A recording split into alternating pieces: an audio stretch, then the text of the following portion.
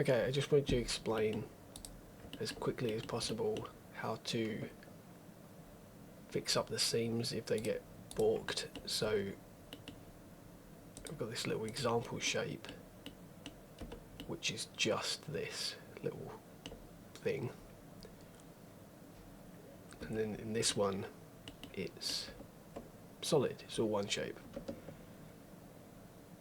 and then I've split it in two, and so you can see the seam there, and then I've intentionally on the bottom half in weight paint mode, I've intentionally messed up the weights, right? So now when you pose it, there are visible seams, which is the issue that you're trying to get around, right? Because you want it to perfectly match up. So there's a couple of ways you can get around it. The first one, the easiest one, is if you weight paint, if you join it, I mean this one's kind of obvious, if you join it back up again to be one object, you weight paint it to be smooth, you know, you change the weights to be smooth, then you go into edit mode and you split it again, and then you separate it into two objects. Now you have the two parts of the whole object, and when you move it, it's back to being, they perfectly line up. Now the seam that's visible, that's a different issue, but we'll get to that in a minute. But that's the easiest way to fix it, is you join it together, and then, yeah. The other way to get around it is, there's three ways, but this is the second way. That's the first way, this is the second way. The second way is that you, on both meshes, you find an angle where the seam is, like from here it's perfectly horizontal all the way around, so it doesn't matter, but if it was the neck and it was at this angle that this light's at, you'd go to this sort of view, and then you'd use Shift A, you'd make a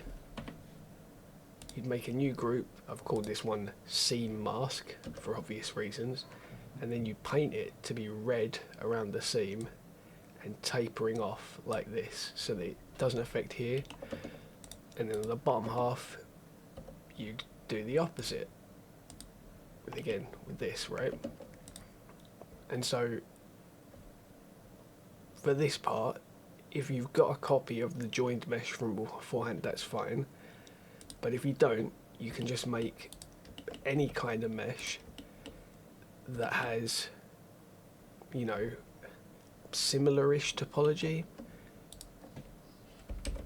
You auto weight that,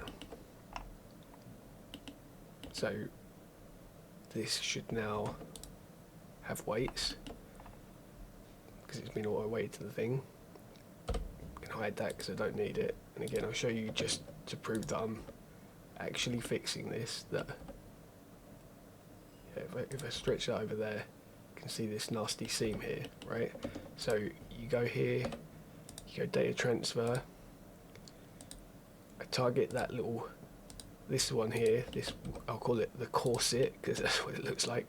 Target this corset mesh, you tick on vertex data, you tick on vertex groups, and if you haven't got all the weight groups, you'd click that to generate the groups, and then you apply that, and then you do that with the bottom one as well. So again, you target the seam mesh, which is this one that sits around that, tick vertex groups there and there, and then I'm doing Control A or click here and go apply. So now hopefully, oh fuck, actually, okay, but also, my bad, I did miss out one. I'm just undoing all this. Okay, so you source the corset thing, I'll pick up here, like I'm doing it on the wrong one as well. Okay, try again. Okay, and I'll just show to make sure that it's still broken. Yeah, so it's still broken. So I've got the top half and the bottom half. Do the top half first. Vertex group, that. The seam mesh is selected, and then here for this vertex group here, this is where it says, well, it does actually say, I thought it would say, it does say vertex group name for selecting the affected areas. So even though it says vertex group, this is a mask basically, and that's what we want to put in there. So it's only going to affect what we've painted in here. It's going to affect the seam line the most, and then it's going to taper off. So none of these are getting transferred, only these ones. And then the same with this. Use that mesh, tick this on, tick that, and then this is the mask group. So now if we apply it, and I'll move these, then the seam part, which is here, is completely the same on both of them because you've copied it from this mesh. And yeah, you can see the seam visibly, but that's got nothing to do with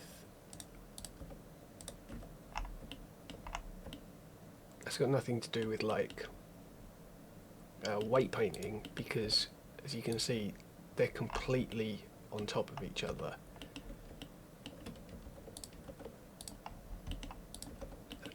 But that's got to do with like the normals themselves. And to do the normals, I mean, you can do them both at the same time. Like you can copy the vertex weights and because this is what's causing that. I believe it's under face corner data, custom normals. So again, because the top's been affected, we only want it to be affected on this mask area. So if I do that, I should probably turn this off so you can see the difference. And this is the bottom half mesh. So again, data transfer, copy it from this corset, and then face normals, custom normals, and the mask, because otherwise the whole mesh is affected. We only want this area here, and there you go. Now you've copied the weighting and the custom normals from this thing, and so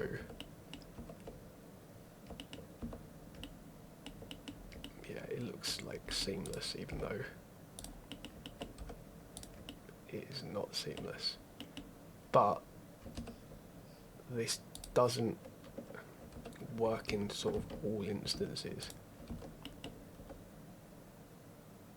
So it looks fine to a certain degree, but then when you start to bend it too far, they do become visible.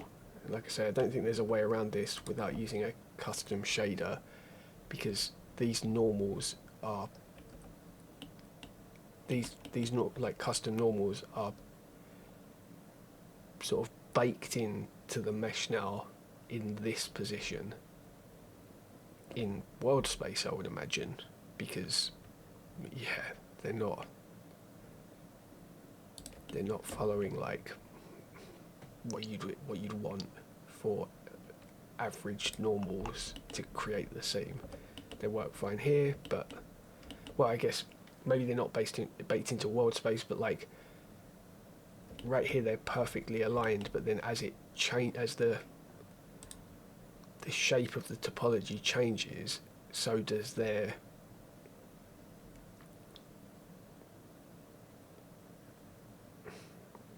how to even describe this. Yeah, because the shape has changed, the lighting information isn't being accurately represented, so that's why you're seeing a sort of visible seam. And I mean, you can, because I can't describe it in a way, but instead of me describing it, it is an option here somewhere that you can view it.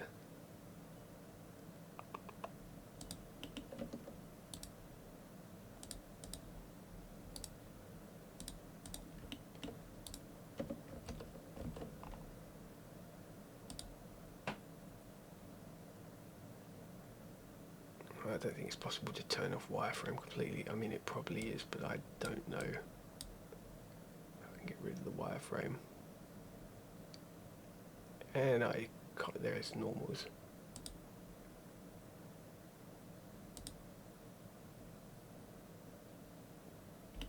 There.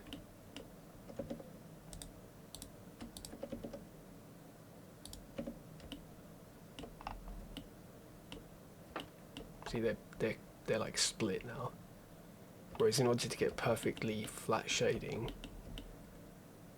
which is probably still happening on some of these areas, like here it's less visible, but yeah, they're split basically. Here, they're vectors, their direction is split, which is why you're getting weird shading. Whereas if you put them back to being in the rest position, you will see now they are perfectly hard aligned to each other.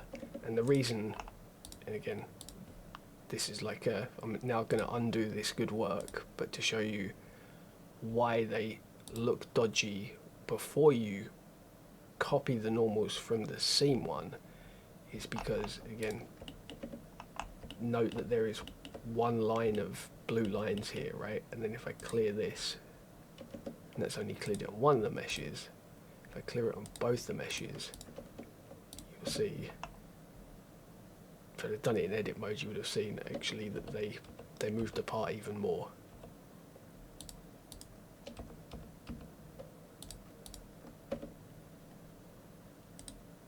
There, see? And that's again why now the seam's visible. Even though again the weights are perfect, the deformation weights are perfect, the normals are not. So they're perfectly sitting on top of each other, and the mesh looks in wireframe mode, and you know, turn off the outline here.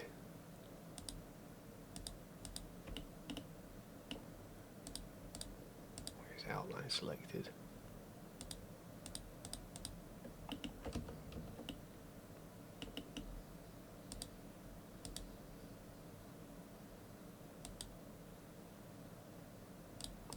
Oh, there it is, idiot.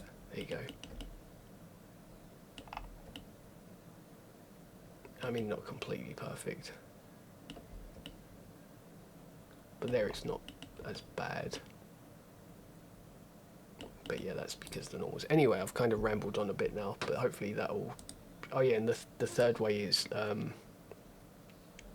basically the same as before. So you can... Actually, I did just tell you that. Use the seam mesh basically, and you can transfer the normals from that, because the second way was meant to be you copy the top normals from the bottom one and the bottom normals from the top one, and then yeah, but that's less reliable, I'd say, than just having this sort of corset mesh that sits over the top that you can copy from. Hopefully I've rambled a bit now. Hopefully that makes sense.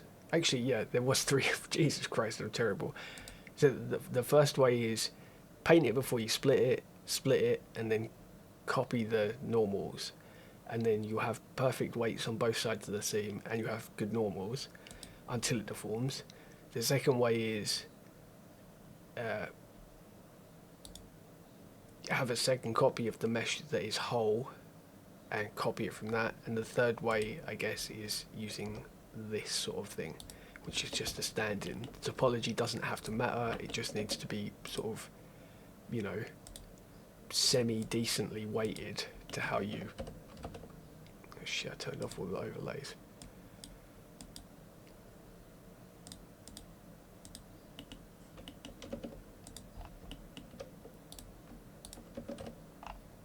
Oops. Yeah, it doesn't need great weights or anything. You just copy the thing and it will average it. What's more important is the seam weight group, because that has to be 100% around the seam on both meshes, top and bottom, and then it has to taper off. And I guess the fine tuning part is working out, yeah, because you don't want to transfer weights for the whole of the head. You just want around the seam. But if you make it too small, then where you've transferred the weights, it will be very obvious because the weighting will have changed. Anyway, I've gone on for a little bit now, longer than I'd intended, but hopefully those 3-ish methods explain it, kinda.